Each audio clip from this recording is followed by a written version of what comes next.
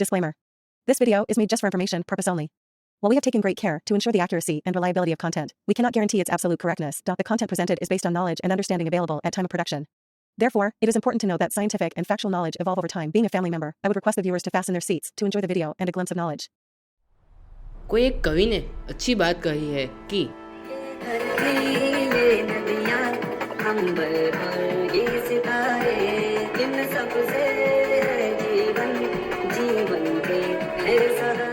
कितनी अच्छी बात कही है ये कवि ने। हमारी पृथ्वी, हमारी धरा कितनी अच्छी है, कितनी सुंदर है, हमें ये कितनी मदद करती है, कितने सदियों से मदद करती है, कितनी दयालु है ये पृथ्वी। ये किसी पे भेदभाव नहीं करती। ये इतनी सुंदर है कि इसके सुंदरता के ऊपर हम बात ही नहीं कर सकते। इसकी छोटी सी झलक भी मनमोहक होती है और मन प्रसन्न कर देती है। जी करता है कि ये सब देखते रहे और दुनिया से कनेक्शन तोड़ दे।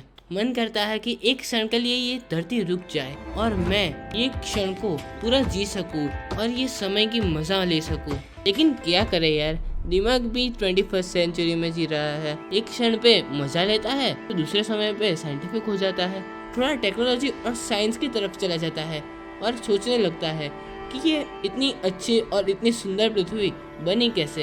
ये पृथ्वी इतनी सुंदर है तो यूनिवर्स कितना सुंदर होगा और वो कैसे बना होगा। क्या आपको भी ये क्वेश्चन हो रहा है? तो चलिए इसका आंसर ढूंढते हैं कि ये इतनी मनमोहक और इतनी शानदार पृथ्वी और यूनिवर्स बना कैसे। तो चलिए once again welcome to the Mittal Shah show, जहां हम ऐसी मनोरंजक और प्रफुल्लता भरी बातें करते रहेंगे ताकि आपको मजा आए और हमें भी मजा आए। ये है हमारी एक्सप्लोरिंग इंडिया टॉक सीरीज का part 1 on how universe was created. ये ब्रह्मांड कैसे बना, इसका सर्जन कैसे हुआ। तो चलिए सविनय सादर शुरू करते हैं। साइंटिस्ट और वैज्ञानिकों के हम अनुसार चले तो उनके अनुसार ये यूनिवर्स एक बिग बैंग की वजह से हुआ, जिस थियरी को उन्होंने नाम दिया द बिग बैंग थियरी। तो वो थियरी क्या है वो हम ब्रीफली जानते हैं। चलिए, एक समय था जब ये पूरा यूनिवर्स खाली था, जहाँ पे कुछ नहीं था। No planets, no stars, not even any space. This was just the beginning. ये तो सिर्फ शुरुआत थी यूनिवर्स की। लेकिन अचानक एक पदार्थ सा छोटा सा कण, जिसको हम मैटर कहते हैं, वो फॉर्म हुआ, जिसके अंदर पूरे यूनिवर्स की सारी एनर्जी, सारा मैटर था और सारा कंटेंट यूनिवर्स का उसके अंदर ही मौजूद था। साइंटिस्ट लोगों ने उस चीज को सिंगुलैरिटी का टर्म दिया और उसका नामकरण कर दिया।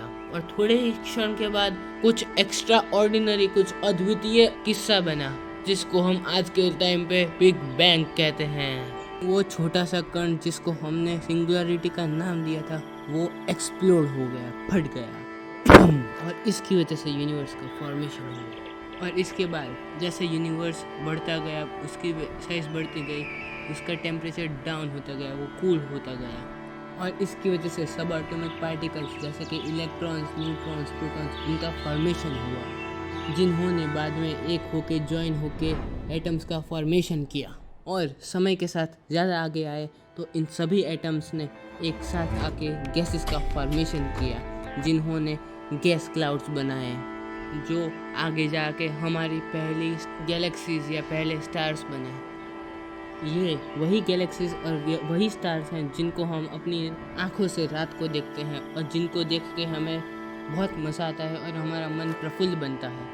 तो अगर आपको यहाँ तक मज़ा आ गया और देख के समझ आ गया तो ये वीडियो को शेयर और लाइक करना मत भूलना। और अगर सब्सक्राइब करना हो तो वो ऑप्शन तो आपके लिए 24/7 अवेलेबल ही है, 365 डेज ऑलवेज। तो सब्सक्राइब कर दो और बजाओ ताली। तो आगे बढ़ते हैं और जानते हैं कि ये यूनिवर्स तो फॉर्म हो गया, पर हमारा अर्थ कैसे फॉर्म हुआ, पृथ्वी कैसे बनी, अब हम ये जानते हैं। यहाँ तक हमने जो भी सुना या जो भी हुआ है यूनिवर्स में, ये सभी 13.8 बिलियन ईयर्स पहले हुआ था। यानी कि बिग थियरी के अनुसार हम जाएं तो बिग बैंग 13.8 बिलियन ईयर्स पहले हुआ था। यही समय को हम हिंदी में कन्वर्ट करें तो ये होगा अंदाजे 1380 करोड़ साल। और हमारी जो गैलेक्सी है ये द मिल्की वे गैलेक्सी, उसकी ही एज सिर्फ 13.61 बिलियन ईयर्स है।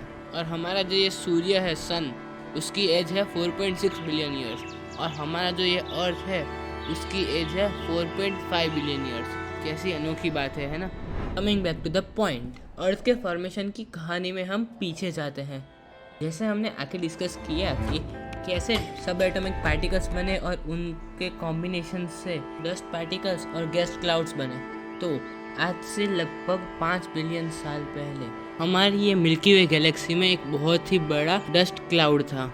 और ये जो डस्ट क्लाउड था वो हमारे आसपास वाले क्लाउड्स की जैसा नहीं, एक मॉलिक्यूलर क्लाउड था जो कई 100 लाइट ईयर्स का एरिया कवर करते हैं।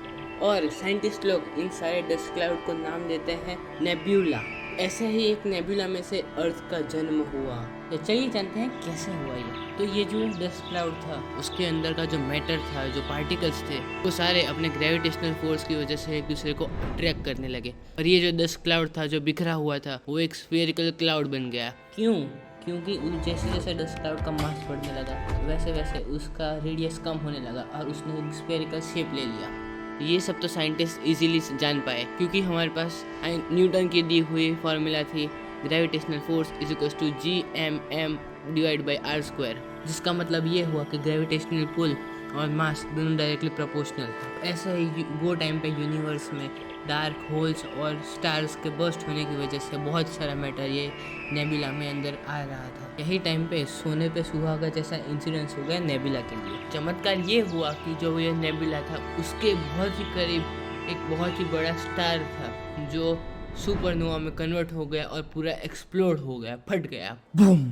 ये जो स्टार एक्सप्लोड हुआ और जो सुपरनोवा में कन्वर्ट हो गया उसकी वाइब्रेशंस और रेडिएशंस जो शॉक वेव्स थी वो इतनी पावरफुल, इतनी स्ट्रॉन्ग थी कि जो ये डस्ट क्लाउड था उसका जो सेंटर ऑफ ग्रेविटी था वो पूरा कोलैप्स हो गया।